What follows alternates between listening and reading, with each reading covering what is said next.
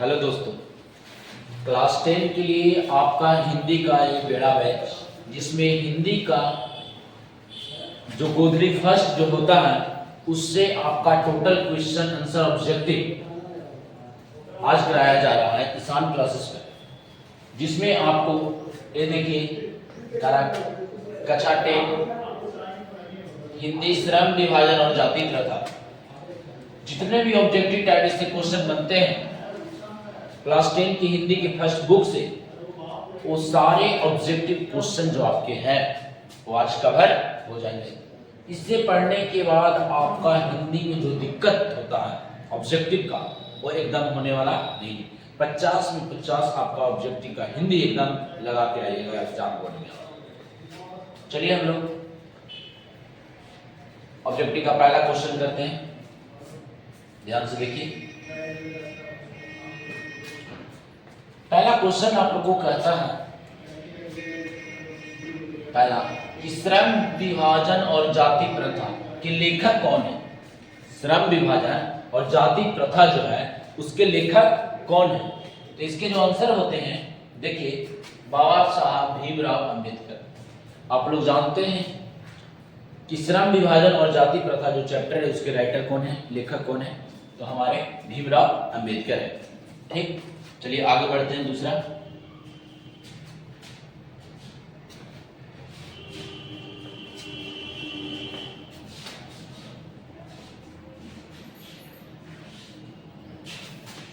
Question हम लोग का कहता है कि जाति प्रथा भारत में बेरोजगारी का एक कारण बनी हुई है, कैसे। तो इसका आंसर है प्रत्यक्ष और प्रमुख कारण बनी हुई है, ए और बी दोनों। इस बैच का नाम बेड़ा बैच है, जिसको पढ़ने के बाद आपका बेड़ा पार ही हो जाएगा। हिंदी में किसी प्रकार का दिक्कत हो ही नहीं सकते हैं। लगभग 500 क्वेश्चन हम लोग कराएंगे। तीसरा नंबर देखिए क्या कहता है। तीसरा कह रहा है कि आधुनिक सभ्य समाज कार्य कुशलता के लिए किसे आवश्यक माना जाता है। तो इसका आंसर होगा श्रम विभाजन को। क्या होगा? श्रम विभाजन। आप लोग देखिए कि आप लोग की तैयारी कितनी हुई है, कितना आप लोग सही आंसर करते हैं। पूरा क्वेश्चन देखिए, आप लोग कितना इसमें सही क्वेश्चन कर रहे हैं। जितना यहाँ सही होगा उतना ही सही आपका बोर्ड में होगा। इससे आपको अनुमान मिलेगा कि आपकी तैयारी कैसी है। चलिए आगे हम लोग देखते हैं।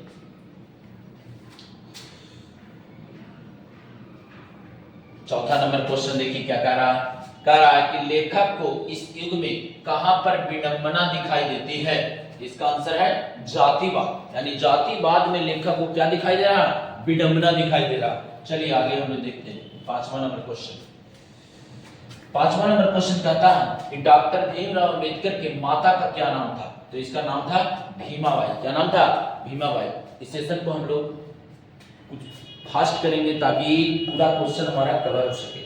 और इस सेशन को लाइक कीजिए, शेयर कीजिए और सब्सक्राइब कीजिए। अपने बाकी जो दोस्तों यार हैं उनके पास भी शेयर कीजिए, उनको भी पढ़ने का मौका मिले। चलिए छठा नंबर क्वेश्चन देखते हैं। कहता है कि डॉक्टर भीमराव अंबेडकर ने पीएचडी की उपाधि कब धारण की। कब? 1916 ईस्वी में। कब धारण की थी? 1916 ईस्वी में। चलिए आगे देखते हैं लोग।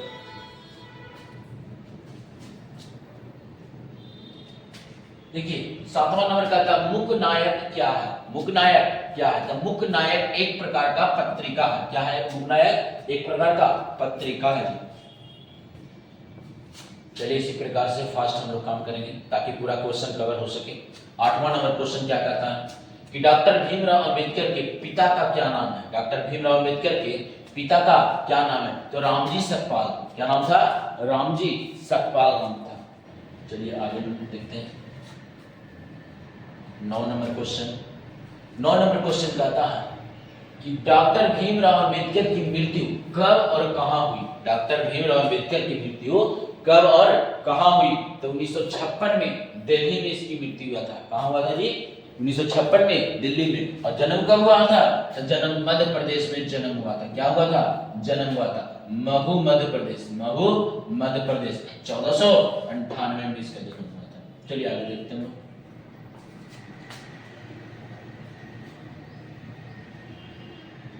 ध्यान से देखिए।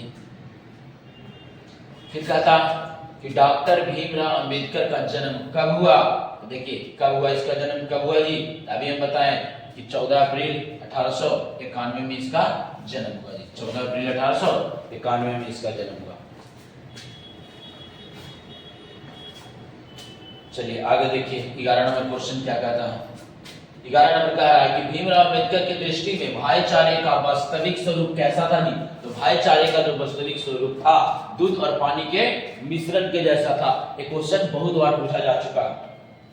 चलिए आगे देखते हैं। इसी प्रकार से आप देखिए कि आपको कितना आता है, जितना आता है उतना कमेंट कीजिए। जिस क्वेश्चन के बारे में आपको आंसर मालूम है उसका आप कमेंट कीजिए। फिर देखिए 12 नंबर क्वेश्चन क्या कहता है। तो 12 नंबर क्वेश्चन कह रहा है कि भारतीय संविधान के निर्माता में महत्वपूर्ण भूमिका किसकी है। भीमराव अंबेडकर की है कि ज्योतिबा फुले की है कि राजगोपालाचारी की है कि महात्मा गांधी की है। जिस भी बच्चे को यह क्वेश्चन का आंसर पता हो वो बच्चा कमेंट करे। इसका जो आंसर होगा कि भारतीय संविधान के निर्माण में महत्वपूर्ण भूमिका किसकी है, तो वो जो आंसर हो जाएगा भीमराव अंबेडकर। भीमराव अंबेडकर के बारे में ही, उनकी ही महत्वपूर्ण भूमिका भारतीय संविधान के निर्माण में है। चलिए आगे देखते हैं हम लोग 13 नंबर क्वेश्चन देखते हैं। कह रहा है कि सभ्य समाज की आवश्यकता है जाति प्रथा, श्रम विभाजन, अनुबंध कि दूध और पानी। क्या है जिस सभ्य समाज की आवश्यकता। तो सभ्य समाज की जो आवश्यकता है वो है श्रम विभाजन। क्या है, श्रम विभाजन। चलिए आगे देखते हैं हम लोग 14 नंबर क्वेश्चन का था प्राथमिक शिक्षा प्राप्त करने के बाद भीमराव अंबेडकर उच्चतर शिक्षा प्राप्त करने के लिए कहां गए थे जी। इटली गए थे, दक्षिण अफ्रीका गए थे, न्यूयॉर्क गए थे कि दक्षिण कोरिया गए थे। जिस भी बच्चे को पता हो कमेंट जरूर से जरूर करें ताकि आपको पता चले कि हाँ हमारी तैयारी इस प्रकार की है। तो इसका जो आंसर होगा न्यूयॉर्क होगा। कहां गए थे, न्यूयॉर्क गए थे उच्चतर शिक्षा प्राप्त करने। न्यूयॉर्क कहां में है, न्यूयॉर्क अमेरिका में है। कहां में है, अमेरिका में है। चलिए आगे देखते हैं 15 नंबर क्वेश्चन देखिए। कहता भीमराव अंबेडकर चिंतन व रचनात्मकता के लिए प्रेरक व्यक्ति थे। बुद्ध के, कबीर के, ज्योतिबा फुले के, इनमें से सभी के। तो जो डॉक्टर भीमराव अंबेडकर जो थे उस प्रेरणा जो लिए थे वो बुद्ध से भी लिए थे, कबीर से भी लिए थे, ज्योतिबा फुले से। तो आंसर क्या हो जाएगा, इनमें से सभी, इसका आंसर हो जाएगा। चलिए आगे हम लोग देखते हैं। कमेंट जरूर कीजिए ताकि आपको पता चले कि हमारी तैयारी कितनी है। देखिए कह रहा है कि 16 नंबर क्वेश्चन जाति पाति तोड़क मंडल भाषण लाहौर में कब हुआ। जाति पाति तोड़क मंडल भाषण लाहौर में कब हुआ। 1942 में, 1940 में, 1936 में कि 1938 में। कब हुआ यह भाषण, इसके बारे में आपसे पूछ रहा। तो इसका जो आंसर होगा 1936 में। कब हुआ इसका भाषण, कब हुआ जी, तो 1936 में इसका भाषण किया गया। चलिए आगे बढ़ते हैं हम लोग। कह रहा कि श्रम विभाजन और जाति प्रथा, श्रम विभाजन और जाति प्रथा क्या है। एक प्रकार की कहानी है, भाषण है, निबंध है कि साक्षात्कार है, क्या है बोलिए। आप लोग कमेंट जरूर दीजिए ताकि आप लोग का पता चले कि हमारी तैयारी इस प्रकार की है। तो इसका जो आंसर होगा वो भाषण होगा। कौन होगा, भाषण होगा जी। फिर चलिए आगे देखते हैं हम लोग। अगला क्वेश्चन क्या था 18 नंबर। निम्नलिखित रचनाओं में से कौन सी रचना डॉक्टर भीमराव अंबेडकर की है। The caste in India, the untouchables, who are they, who are Shudras, इनमें से सभी।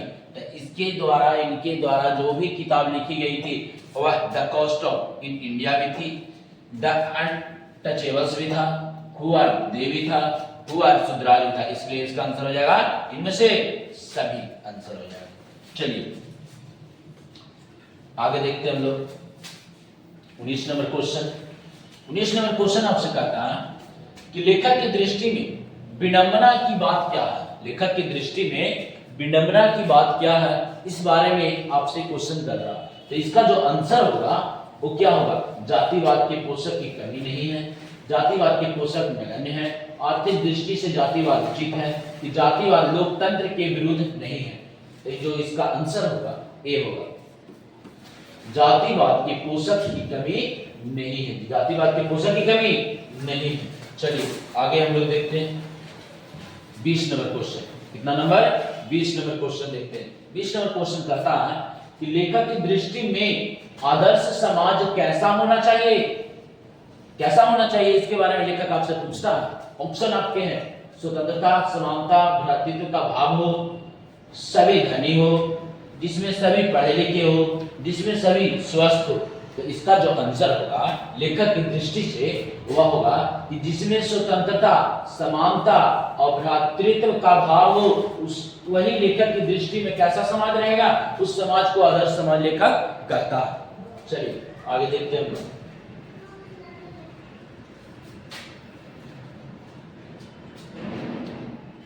देखिए कह रहा है कि लेखक बेरोजगारी का प्रमुख और प्रत्यक्ष कारण किसे मानता है। लेखक जो है बेरोजगारी का प्रमुख और प्रत्यक्ष कारण किसे मानता है? अशिक्षा को मानता है, जनसंख्या को मानता है, जाति प्रथा को मानता है, कि उद्योग धंधे की कमी को मानता है, किसे मानता है जी? तो आपका जो आंसर इसका होगा कि लेखक किसे है जो प्रमुख और प्रत्यक्ष कारण मान रहा है, तो मानता है जाति प्रथा को। किसको मानता है? जाति प्रथा को मानता है लेखक। चलिए अगला क्वेश्चन हम लोग देखते हैं 22 नंबर। देखिए the caste in India their mechanism किनकी रचना है? भीमराव अम्बेडकर की रचना है, राम मनोहर लोहिया की है, महात्मा गांधी की है, कि सुखदेव की है? तो आपको बताए थे the caste in India their mechanism and the untouched levels who are Sudras who are they, इन सब जो रचना है वो भीमराव अम्बेडकर की रचना है। चलिए आगे देखते हैं।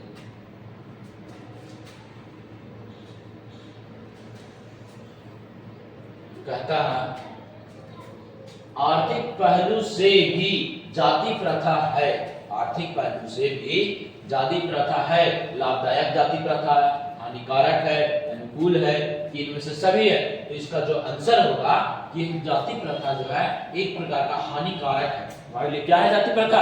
हानिकारक है जाति प्रथा। चलिए आगे बढ़ते हैं हम लोग क्वेश्चन। देखिए क्या कहता है कि डॉक्टर भीमराव अम्बेडकर का जन्म कहाँ हुआ। अभी हम बताए थे आपको कि डॉक्टर भीमराव अम्बेडकर का जो जन्म हुआ महू मध्य प्रदेश में हुआ था। महू मध्य प्रदेश में कब? 14 अप्रैल 1891 में इनका क्या हुआ था? जन्म हुआ था महू मध्य प्रदेश में। और इनकी मृत्यु कहाँ हुई थी? इनकी मृत्यु जो हुई थी, मृत्यु वह दिल्ली में हुई थी। कहाँ में? दिल्ली में हुई थी। चलिए आगे हम लोग देखते हैं।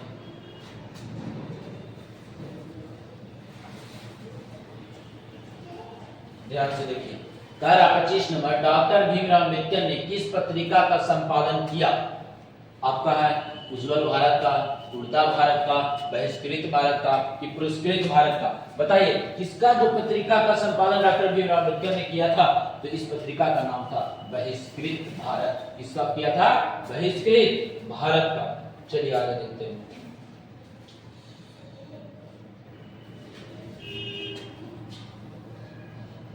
देखिए कहता है भारतीय संविधान का निर्माता के रूप में हम किसे जानते हैं? महात्मा गांधी को जानते हैं जी। 26 नंबर क्वेश्चन। भीमराव अम्बेडकर को जानते हैं, कि पंडित जवाहरलाल नेहरू को, कि सुभाष चंद्र बोस को? तो जो इसका आंसर होगा कि भारतीय संविधान के निर्माता जो हमारे कहे जाते हैं वो डॉक्टर भीमराव अम्बेडकर कहे जाते हैं। डॉक्टर भीमराव अम्बेडकर कहे जाते हैं। इस बेड़ा पार बैच में आपको हिंदी का 50 में 50 क्वेश्चन लाने का दावा किया जा रहा है। और एकदम आप लोग इस क्वेश्चन को देखिए, आप खुद समझिएगा कि हाँ इसको पढ़ने से हमें हिंदी में किसी प्रकार का दिक्कत नहीं होगा। और 1-2 नंबर नहीं बल्कि पूरी 50 नंबर की बात है। आगे देखते हैं हम लोग।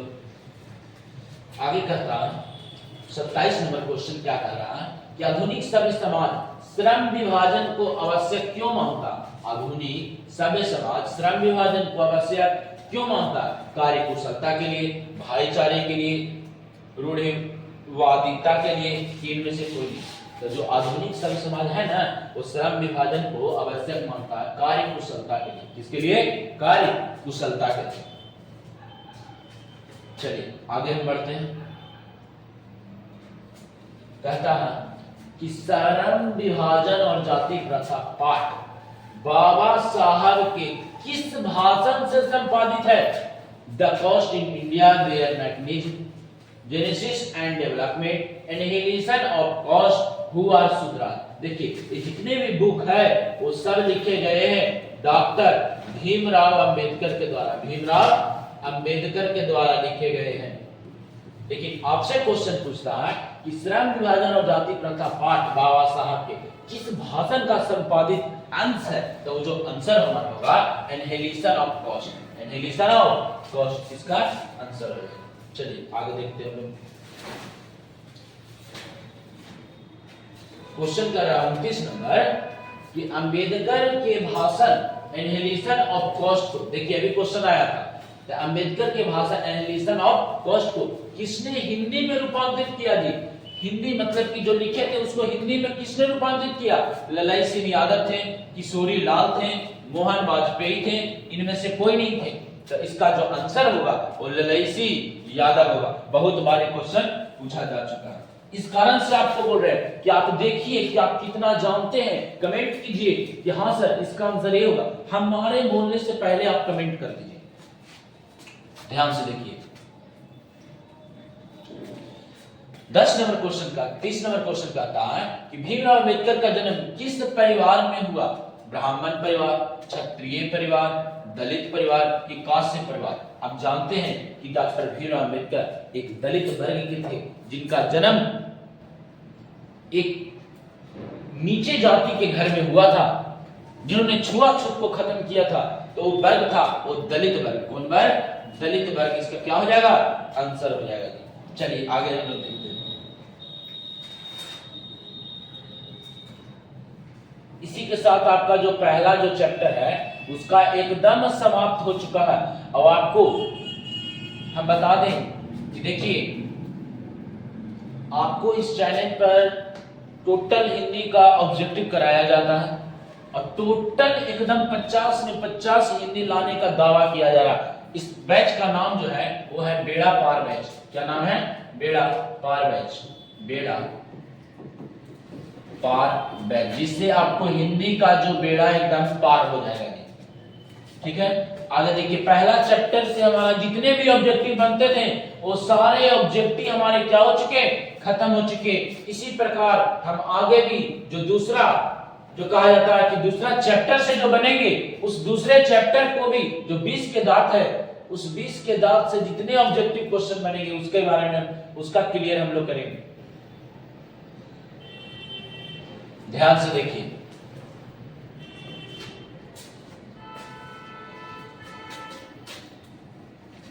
देखिए कक्षा 10 हिंदी के गद्य खंड का टोटल ऑब्जेक्टिव क्वेश्चन कराया जा रहा है। दूसरा चैप्टर जो हमारा है, दूसरा चैप्टर 20 के दांत, जिसमें ऑब्जेक्टिव टाइप जितने भी क्वेश्चन है सारे क्वेश्चन आपके कराए जा रहे हैं। चलिए आगे देखते हैं। पहला क्वेश्चन इसका देखते हैं। कहता है कि 20 के दांत के लेखक कौन है? 20 के दांत के लेखक कौन है? तो इसके लेखक अमरकांत है, विनोद कुमार शुक्ल है, नलिन बिलोचन शर्मा है, यतीन्द्र मिश्र है। बोलिए कौन है जी? तो इसके जो लेखक है 20 के दांत के वो नलिन बिलोचन शर्मा है, नलिन बिलोचन शर्मा है। 20 के दांत के लेखक कौन है? नलिन बिलोचन शर्मा है। चलिए आगे पढ़ते हैं, दूसरा क्वेश्चन देखते हैं। कहता है देखिए कि 20 के दांत कौन सी विद्या है? 20 के दांत कौन सी विद्या? निबंध है, व्यक्ति चित्र है, कविता है कि कहानी है? तो 20 के दांत जो है पूरा का पूरा एक स्टोरी है, पूरा का पूरा एक कहानी है। क्या है? कहानी है, पूरा का पूरा एक कहानी है। आगे देखते हैं हम लोग। कहता है तीसरा क्वेश्चन कि नलिन बिलोचन शर्मा का जन्म कहाँ हुआ था जी? आपका पटना में हुआ था, भागलपुर में हुआ था, मुजफ्फरपुर में हुआ था कि वाराणसी में हुआ था? कहाँ जन्म हुआ था नलिन बिलोचन शर्मा का? तो इनका जो जन्म हुआ था हमारे पटना में हुआ था। कहाँ हुआ था? पटना में इनका जन्म हुआ था। चलिए आगे देखते हैं। फिर कहता है चौथा नंबर क्वेश्चन कि 20 के दांत के मुख्य पात्र कौन है? शहंशाह, खोखा कि मदन कि गिरधर, कौन है जी? तो इसका जो आंसर होगा वो हमारा खोखा होगा। कौन होगा? खोखा। जितने भी हम आंसर दे रहे हैं उससे पहले आपके कमेंट आने चाहिए कि हाँ सर ये वाला आंसर होगा, तभी आपकी तैयारी का पता चलेगा। ध्यान से देखिए, आगे देखते हैं। पांचवा नंबर क्वेश्चन कहता है कि खोखा का दूसरा नाम क्या था जी? मदन था, कासू था, केसु था, इनमें से कोई नहीं। तो देखिए खोखा का जो दूसरा नाम था वो कासू था। क्या नाम था? कासू था। चलिए आगे देखते हैं 6 नंबर क्वेश्चन। तथा कासू किसका पुत्र था? शहंशाह का, ड्राइवर का, पड़ोसन का, इनमें से कोई नहीं। तो इसका जो आंसर होगा कौन होगा? शहंशाह का। कासू किसका पुत्र था? शहंशाह का पुत्र कौन था? कासू था। कौन? कासू। चलिए आगे हम लोग देखते हैं क्वेश्चन नंबर 7 देखते हैं। कहता है गिरधर लाल सेन साहब। सेन साहब का क्या नाम था? गिरधर लाल। तो गिरधर लाल सेन साहब के फैक्ट्री क्या था? किरानी का, ड्राइवर का, मैनेजर का, इनमें से कोई नहीं। तो इसके जो फैक्ट्री में क्या थे गिरधर लाल सेन साहब? वो किरानी थे। फैक्ट्री में क्या थे? किरानी थे। चलिए आगे देखते हैं। क्वेश्चन करता है कि मदन किसका बेटा था? सेन साहब का, गिरधर लाल का, खोखा का कि पत्रकार का? तो कहता है कि मदन जो बेटा था वो गिरधर लाल का बेटा था। किसका बेटा था जी? गिरधर लाल का बेटा था मदन। चलिए आगे देखते हैं। क्वेश्चन करता 9 नंबर कि खोखा किन मामलों में अपवाद था? नियम मानने में, घर के नियमों की धज्जियां उड़ाने में, सबको प्यार करने में कि सभी गलत? तो जो खोखा थे कोई कोई बातें नहीं, घर के नियम नहीं मानता था। वो कितनों पापा उसको बोलते थे, मम्मी बोलते थे, कोई बात नहीं मानता था। कितनों उसको गिरधर लाल बोलता था, समझाता था, बात नहीं मानता था। तो घर के नियमों को क्या करने में, धज्जियां उड़ाने में खोखा क्या था? एकदम नामी था, नाम मार लेता है।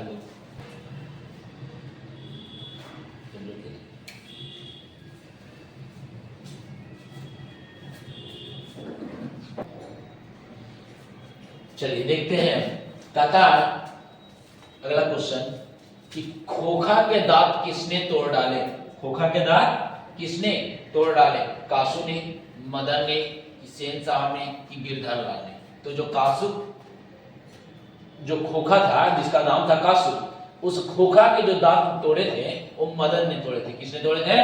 मदन ने तोड़े थे। चलिए आगे देखते हैं। कहता है कि मदन ने खोखा की कितनी दांत तोड़ दी? 1 दांत, 2 दांत, 3 दांत कि 4 दांत? कितने दांत तोड़े थे? तो 2 दांत तोड़े थे। कितने दांत तोड़े थे जी?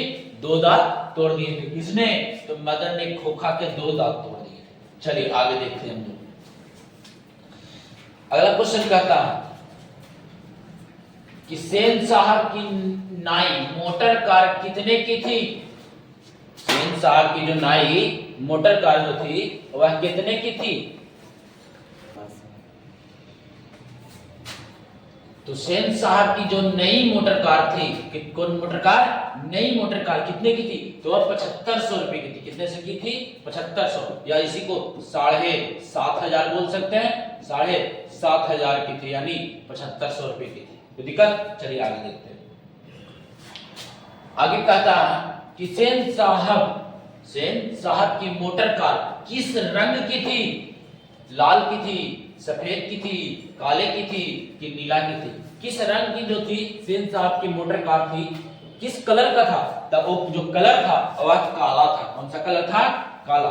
काला कलर के कार था उनका मोटर कार। चलिए आगे देखते हैं। कहता कि सेन साहब खोखा को क्या बनाना चाहते थे जी? तो सेन साहब खोखा को डॉक्टर बनाना चाहते थे, इंजीनियर बनाना चाहते थे, पत्रकार बनाना चाहते थे कि खिलाड़ी बनाना चाहते थे? तो जो सेन साहब है खोखा को क्या बनाना चाहते थे? इंजीनियर बनाना चाहते थे। क्या? कि मेरा बेटा इंजीनियर बन जाए। क्योंकि सेन साहब का बेटा कौन था? खोखा था। और गिरधर लाल का बेटा कौन था? मदन था। चलिए आगे देखते हैं। आगे कहता है कि सेन साहब के आंखों के तारा कौन था जी? मदन, खोखा, कार की पत्रकार। तब किसी भी बाप के लिए आंखों का तारा उसका बेटा होता है, तो इसीलिए सेन साहब के आंखों का तारा कौन है? खोखा। कौन है? खोखा जो है इसका क्या है? आंख का तारा होना, यानी बहुत प्यारा होना। चलिए ध्यान से देखिए, कहता है कि सेन साहब किस तरह के आदमी थे? तो सेन साहब अहंकारी थे, तानाशाह थे, मूर्ख थे कि विद्वान थे? तो जो सेन साहब जो थे वह तानाशाह थे। कैसा थे? तानाशाह। हर समय हर किसी को डांटते रहते थे, इस कारण उन्हें तानाशाह कहा गया। चलिए आगे देखिए, 17 नंबर क्वेश्चन कहता है कि मदन और कासू के बीच झगड़े का क्या कारण था? पहलवानी, ईर्ष्या, लट्टू खेलने की ललक, साइकिल की सवारी। तब मदन और कासू के बीच लड़ाई हुआ था, लट्टू नचाने के लिए हुआ था। कुछ नचाने के लिए, लट्टू खेलने के लिए हुआ था। लट्टू खेलना चाहता था, उसको खेलने नहीं दिया था, दोनों लड़ाई हो गया, मार के दांत तोड़ दिया था। चलिए आगे देखते हैं।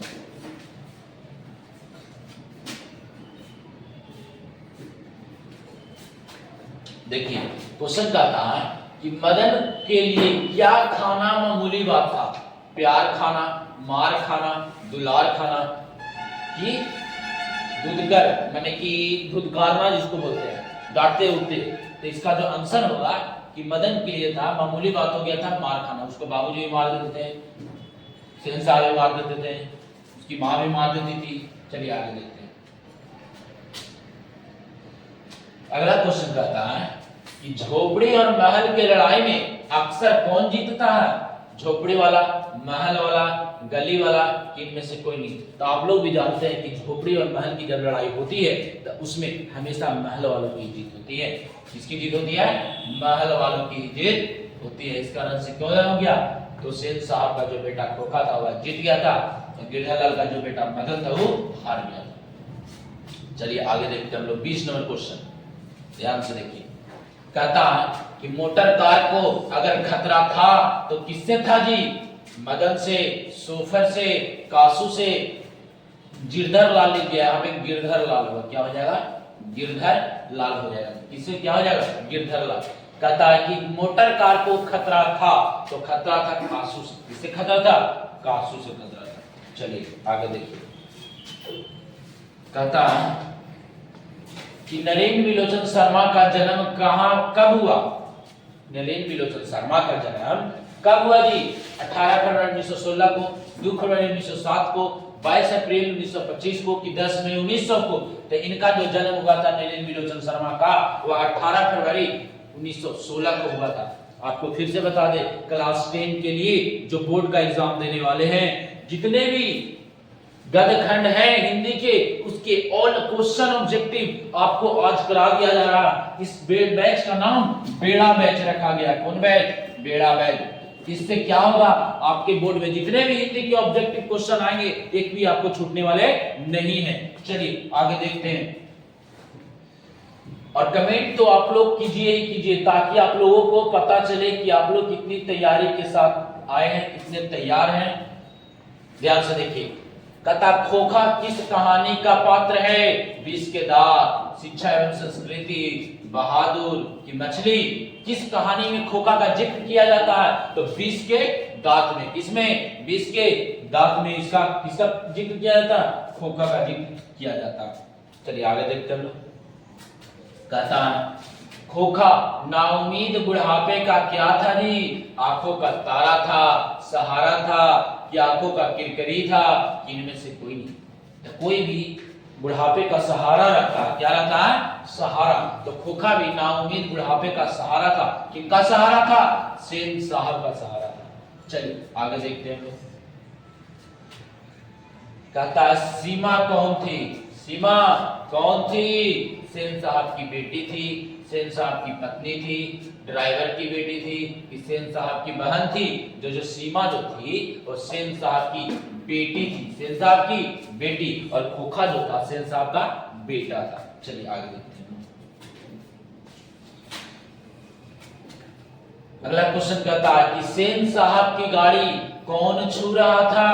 तो सेन साहब की गाड़ी छू रहा था गली का एक लड़का, खोखा, मदन, नौकर। कौन छू रहा था जी? तो छू रहा था मदन, जो गिरधर लाल का बेटा था। तो बोलो सेन साहब की गाड़ी कौन छू रहा था? मदन छू रहा था। कौन छू रहा था? मदन छू रहा था। चलिए आगे देखते हैं हम लोग। आगे कहता है कि मिस्टर सिंह की गाड़ी, मिस्टर सिंह यानी सेन साहब, मिस्टर सिंह की गाड़ी की हवा किसने निकाल दी थी? यानी सेन साहब की जो गाड़ी था उसकी हवा किसने निकाल दी थी? मदन ने, ड्राइवर ने, नौकर ने कि कासू ने? तो इसकी जो हवा निकाली थी वो कासू ने निकाल दी थी। किसने निकाली थी? कासू ने निकाल दी थी। चलिए आगे देखते हैं।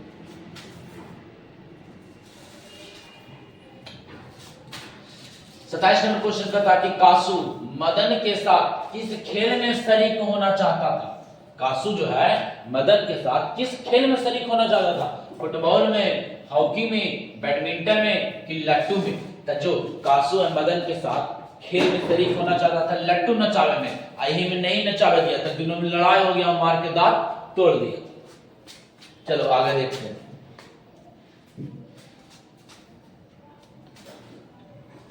कहता है कि किसने मदन को एक घूसा रसीद कर दिया, माने खींच के दिया? किसने दिया था? सोफर ने, खोखा ने, नौकर ने कि गली का लड़का ने? तो खोखा ने दिया था। खींच के मारा किसको? मदन को मारा खोखा ने। चलिए आगे देखिए। क्वेश्चन कहता है कि ऐसे ही लड़के आगे चलकर चोर, गुंडा, डाकू बनते हैं, यह किसने कहा था? सेन साहब की पत्नी ने, गिरधर ने, सेन साहब ने कि सोफर ने? किसने कहा था जी? तो सेन साहब ने ही किया, कहा था। किसको? मदन को कहा था कि ऐसे ही लड़के आगे चलकर गुंडा, डाकू बनते हैं। किसने कहा? सेन साहब ने कहा। किसने कहा? सेन साहब। किसको कहा? मदन को कहा। चलिए आगे बढ़ते हैं। क्वेश्चन कह रहा है कि सेन साहब किस कहानी के पात्र हैं? मतलब किस कहानी में सेन साहब के बारे में पता चलता है, पढ़ा जाता है? बहादुर में, विष के दांत में कि मछली में कि नाखून क्यों बढ़ते हैं जिसमें? तो सेन साहब, खोखा, कासू, मदन, गिरधरलाल, सीमा, इन सब के बारे में जो पढ़ते हैं हम लोग विष के दांत में पढ़ते हैं। किस कहानी में पढ़ते हैं? विष के दांत कहानी में हम लोग पढ़ते हैं। चलिए आगे देखते हैं। आगे कह रहा कि स्वास्थ्य लाभ के लिए पुत्रियों को क्या सिखाया गया था? खेलना, दिन भर पढ़ना, दिन में खाना नहीं खाना, कुछ नहीं। बोलिए स्वास्थ्य शरीर के लिए जो पुत्रियों को सिखाया गया था सेन साहब के द्वारा, वह खेलना सिखाया गया था। क्या सिखाया गया था? खेलना। क्या आप खेलिएगा तो आपका स्वास्थ्य क्या रहेगा? फायदा रहेगा, स्वास्थ्य बने बढ़िया रहेगा, आपका बीमारी नहीं होगा आपको। चलिए आगे देखते हैं। 23 नंबर क्वेश्चन कहता है, सॉरी 32 नंबर क्वेश्चन कहता है कि खोखा, खोखी, खोखा, खोखी का अर्थ क्या होता है? बच्चा बच्ची, बाबा दादी, भाई बहन, चाचा चाची। तो खोखा खोखी का जो अर्थ होता है, खोखा खोखी का जो अर्थ होता है बच्चा बच्ची होता है। क्या होता है? बच्चा बच्ची। इसका आंसर रहेगा बच्चा बच्ची। आगे देखते हैं हम लोग।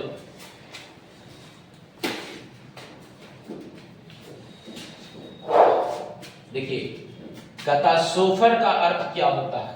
सभ्यता, संबंध, निर्देशक, ड्राइवर। इसका सोफर का अर्थ क्या होता है जी?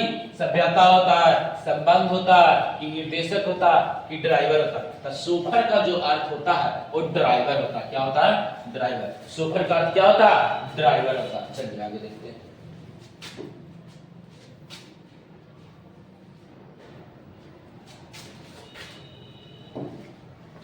कहता मदन अक्सर किनके हाथों से पिटाता था जी? मदन जो है अक्सर किनके हाथों से पिटाता था? माता के, सेन साहब के, खोखा के कि पिता के? तो आंसर हो जाएगा पिता के। इनके पिता कौन थे?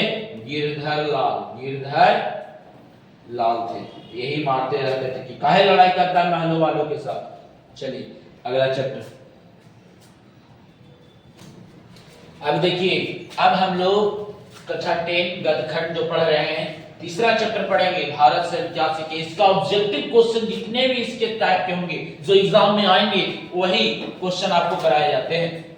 ध्यान से देखिए, पहला जो क्वेश्चन कह रहा है इसमें, पहला क्वेश्चन कह रहा कि भारत से हम क्या सीखे, कि लेखक कौन है। तो इसके जो लेखक है अमरकांत है, भवानी शंकर है, रामविलास शर्मा है, कि मैक्स मुलर है। तो ये जो इसके आंसर होंगे वो मैक्स मुलर होंगे। कौन होंगे? Max Muller. कौन?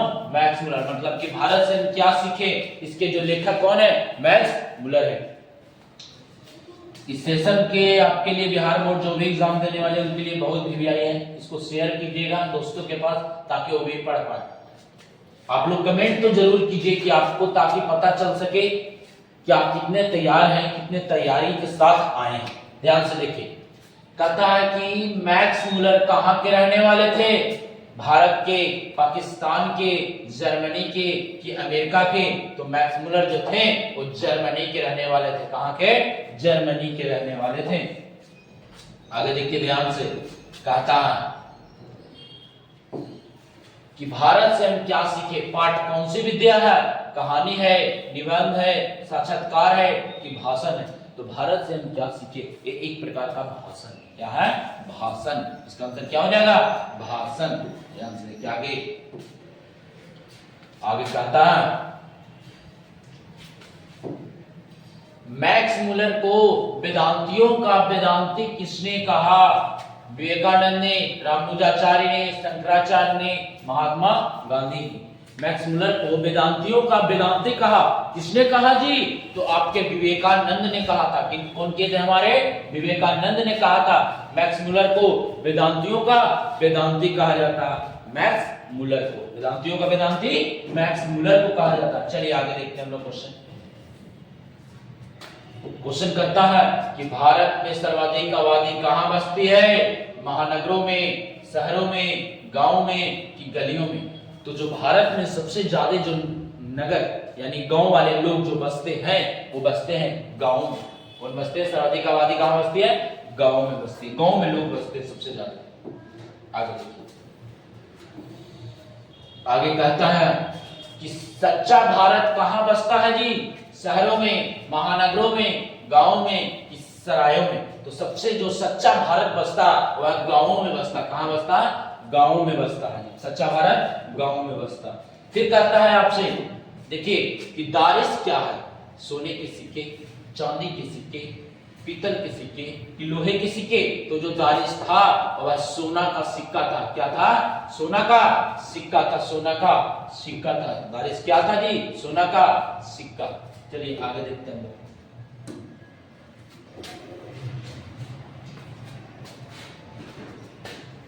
कहता है कि वारेन हेस्टिंग्स कहाँ का गवर्नर जनरल था? भारत का, श्रीलंका का, यूनान का, जर्मनी का? तो जो वारेन हेस्टिंग्स थे वह भारत के गवर्नर थे, जनरल थे। भारत के पहला गवर्नर जनरल वारेन हेस्टिंग्स बने। पहला गवर्नर जनरल वारेन हेस्टिंग्स बने। चलिए आगे देखते हैं।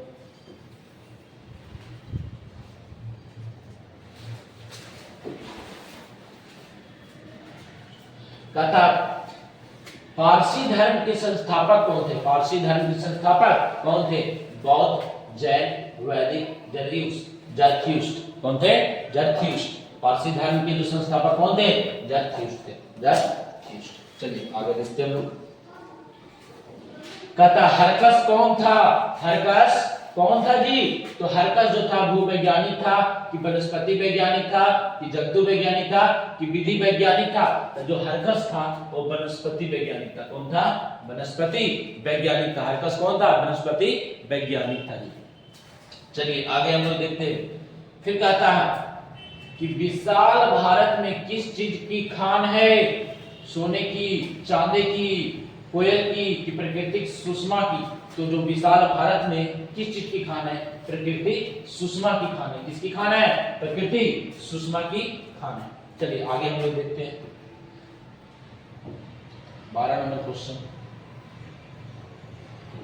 कहता कि सर विलियम जोन्स समुद्री यात्रा करके भारत कब आए थे? 1823 में, 1783 में, कि 1900 में, कि 1794 में? तो सर विलियम जोन्स जो थे वो भारत में समुद्री यात्रा करके 1783 में आए थे। कब आए थे?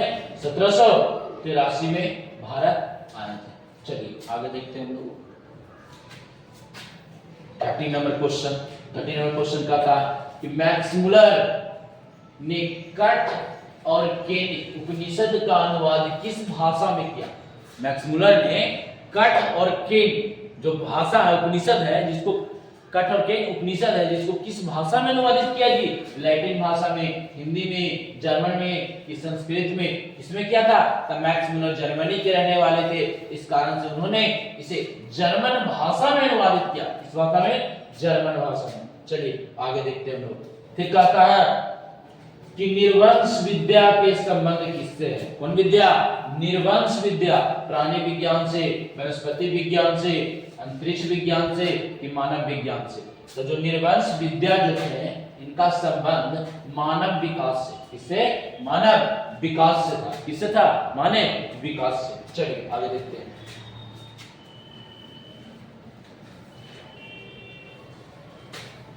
कहता प्लेटो और कांट थे वीर महान दार्शनिक। प्लेटो नहीं, यहाँ पे प्लूटो होगा। क्या होगा। प्लूटो। प्लूटो प्लूटो यहाँ पर हो जाएगा। देखिए यहाँ पर जो है प्लूटो होगा। प्लूटो और कांट जो थे वह जो थे मतलब कि क्या थे। वीर थे, महान दार्शनिक थे, नाविक थे, कि सैनिक थे। तो जो ये थे प्लूटो और कांट वो महान दार्शनिक थे। कौन थे। महान दार्शनिक थे। चलिए आगे देखते हैं हम लोग। कहता मुंडा किस देश की जाति है जी। चीन की, भारत की, मंगोल की, कि मुल्तान की। तो जो मुंडा जो जनजाति है वो कहाँ की है। भारत की। जो झारखंड राज्य में क्या करती है। निवास करती है। बिरसा मुंडा के नाम सुने हैं। वह झारखंड के थे, नेता थे। जो मुंडा जो भारत में, भारत किस राज्य में। झारखंड में पाई जाती है। यहाँ झारखंड में। चलिए आगे देखते हैं। फिर कहता है अगला क्वेश्चन, किस गवर्नर जनरल के समय 172 दारिश नामक सोने का सिक्का मिला। कितना दारिशनामा। 172 सोने के दारिशनामा। कॉर्नवालिस, डलहौजी, विलियम बेंटिंक, कि हेस्टिंगस। तो जो 172 दारिश नामक सोने के सिक्के जो मिले थे वो वारेन हेस्टिंगस के समय में मिला था। और इन्हें क्या कहा जाता है जी। भारत का प्रथम गवर्नर जनरल कहा जाता है। भारत का प्रथम गवर्नर जनरल कहा जाता है। चलिए आगे देखते हैं। तथा मैक्स मुलर के अनुसार सर्वाधिक संपदा और प्राकृतिक सौंदर्य से परिपूर्ण कौन सा देश है। भारत है, यूनान है, जर्मनी है, अफ्रीका। तो जो सर्वाधिक संपदा और प्राकृतिक सौंदर्य से जो परिपूर्ण देश है वह हमारा देश, अपना देश कौन है। भारत है। कौन है। भारत। चलिए आगे देखते हैं हम लोग। अगला क्वेश्चन 20 नंबर। कहता मैक्स मुलर ने कालिदास के किस पुस्तक का जर्मन भाषा में अनुवाद किया जी। तो मैक्स मुलर ने कालिदास के किस पुस्तक का। रघुवंशम का, अभिज्ञान शाकुंतलम का, मेघदूत का, कि रामायण का। तो ध्यान से देखिए इस रघुवंशम, अभिज्ञान शाकुंतलम और मेघदूत ये तीनों के जो रचयिता है वो कालिदास है। कौन है। कालिदास। और रामायण के तो आप जानते ही कौन है। वाल्मीकि जो है और रामायण के। अब ध्यान से देखिए कहता मैक्स मुलर ने कालिदास की किस पुस्तक का जर्मन भाषा में अनुवाद कराया था। तो उस पुस्तक जो था वो मेघदूत को करवाया था। किसने। मेघदूत का अनुवाद करवाया था जर्मन भाषा में। किसने। मैक्स मुलर ने। चलिए आगे देखते हैं।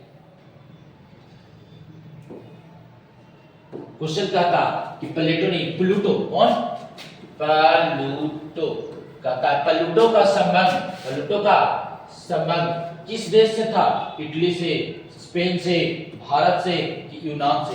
तो जो प्लूटो जो वैज्ञानिक था, प्लूटो जो आया था, तो प्लूटो यूनान देश से आया था। किससे आया था। यूनान देश से। इस कारण से प्लूटो का संबंध किस देश से हो गया।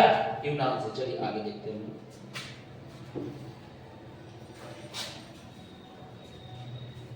चलिए देखिए आगे कहता है आपको कि महारानी विक्टोरिया ने नाइट की उपाधि किसे प्रदान की। महारानी विक्टोरिया ने नाइट की उपाधि किसे प्रदान की? तो महारानी विक्टोरिया ने जो नाइट की उपाधि प्रदान की थी, मैक्समुलर को की थी, कि अमरकांत को की थी, कि बिरजू महाराज को की थी, कि अशोक वाजपेयी को की थी। तो जो इसका आंसर हमारा हो जाएगा वो महारानी विक्टोरिया ने नाइट की उपाधि किसे दी? वह आंसर मैक्समुलर हो जाएगा। कौन हो जाएगा? मैक्समुलर। दोस्तों आज का जो वीडियो है बहुत लंबा हो रहा है, इस कारण से आज हम लोग 3 चैप्टर को ही ऑब्जेक्टिव टाइप क्वेश्चन किए, बाकी का कल इसी समय पर आपका ऑब्जेक्टिव टाइप क्वेश्चन जितने भी हैं वो कल हम चाहेंगे कि खत्म एकदम हो जाए। मतलब एग्जाम आने से पहले आपका गदखंड एक मिनट, आपका एग्जाम आने से पहले जो है, एग्जाम आने से पहले आपका जो गदखंड है, कौन? गदखंड, फिर काव्यखंड और वर्णिका भाग 2 इसके ऑब्जेक्टिव, कैसा? ऑब्जेक्टिव और सब्जेक्टिव। क्या? सब्जेक्टिव भी आपके ऑल करा दिए जाएंगे। मतलब कि आपको हिंदी में, जो हिंदी में आपका है वह जितना भी पूछा जाए सारा क्वेश्चन आपके एकदम किताब से जो पूछा जाता है 60 नंबर का, इस 60 में 60 आपको कोई नहीं रोक सकता। इसके बाद जो 40 नंबर का ग्रामर पूछता है, तो उस ग्रामर तो आपको नहीं बताया जाएगा, लेकिन आपको गद्यांश, जो गद्यांश पूछता है, जो पत्र पूछता है, जो निबंध पूछता है, इन सब को मतलब कि आपको हिंदी में 90 नंबर की तैयारी करा दी जाएगी। कितने नंबर की? 90 नंबर की तैयारी कराएगी। और इस बेड़ा बैच में आपका बेड़ा बैच में हिंदी का जो भी बेड़ा है वह बेड़ा एकदम पार हो जाएगा, कोई रोकने वाला नहीं है। इस बेड़ा बैच में आपका स्कोर +95 हिंदी में, किसमें? हिंदी में, कोई रोकने वाला नहीं है। और इस सेशन को आप अपने दोस्तों के पास शेयर कीजिए ताकि वो भी इस बात को, इस क्लास को देख पाए। आगे एग्जाम में उनका बोर्ड जो 14 तारीख को आने वाला है, 15 तारीख को, उस 15 तारीख के एग्जाम में लिख पाए। चलिए इसी के साथ हम आप लोगों से विदा लेते हैं।